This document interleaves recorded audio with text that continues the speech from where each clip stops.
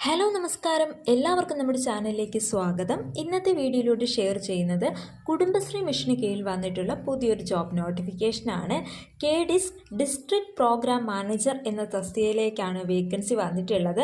നിലവിൽ തിരുവനന്തപുരം, പാലക്കാട് എന്നീ ജില്ലകളിലായി 2 വേക്കൻസീസാണ് റിപ്പോർട്ട് ചെയ്തിട്ടുള്ളത്. എന്നിരുന്നാലും വേക്കൻസീസിൽ പിന്നീട് മാറ്റം വന്നേക്കാം. ഇതിലേക്കുള്ള നിയമന രീതി കരാർ അടിസ്ഥാനത്തിലുള്ള നിയമനമാണ്. അടുത്തതായി ഇതിലേക്ക് ആർക്കൊക്കെ അപേക്ഷിക്കാമെന്ന് നോക്കാം. MBA ഓർ MSW ഉള്ളവർക്കാണ് ഈ പോസ്റ്റിലേക്ക് അപേക്ഷിക്കാൻ സാധിക്കുന്നത്. 40 വയസ്സ് വരെയുള്ളവർക്ക് അപേക്ഷിക്കാവുന്നതാണ്. ഇതിലേക്ക് ആവശ്യമായിട്ട് പ്രവൃത്തി പരിചയം എന്താണെന്ന് നോക്കാം.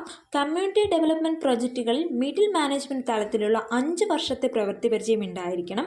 പ്രൊജക്റ്റ് ഓർ പ്രോഗ്രാം മാനേജ്മെൻറ്റ് പരിചയവും നിശ്ചിത സമയപരിധിക്കുള്ളിൽ പ്രൊജക്റ്റ് പൂർത്തീകരിക്കാനുള്ള കഴിവും ഉണ്ടായിരിക്കണം. ക്ലയൻറ്റ് മാനേജ്മെൻറ്റിലും കോർഡിനേഷനിലും പരിചയം ഉണ്ടായിരിക്കണം.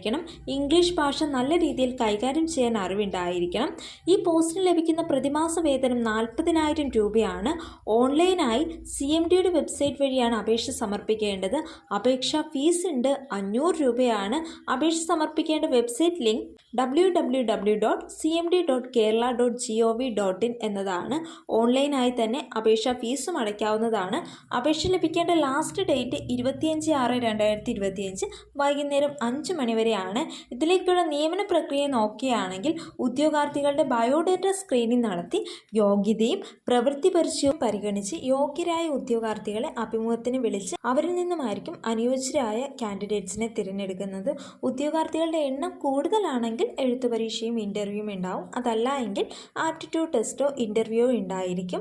ആപ്ലിക്കൻ്റ് പ്രവൃത്തി പരിചയ സർട്ടിഫിക്കറ്റുകൾ കൂടി അപേക്ഷയോടൊപ്പം സമർപ്പിക്കേണ്ടതാണ്.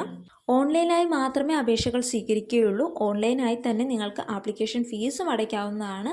നിങ്ങൾ ക്വാളിഫൈഡ് ആണെങ്കിൽ ഇപ്പോൾ തന്നെ CMDയുടെ ഒഫീഷ്യൽ വെബ്സൈറ്റ് വഴി നിങ്ങൾക്ക് അപേക്ഷ സമർപ്പിക്കാവുന്നതാണ്.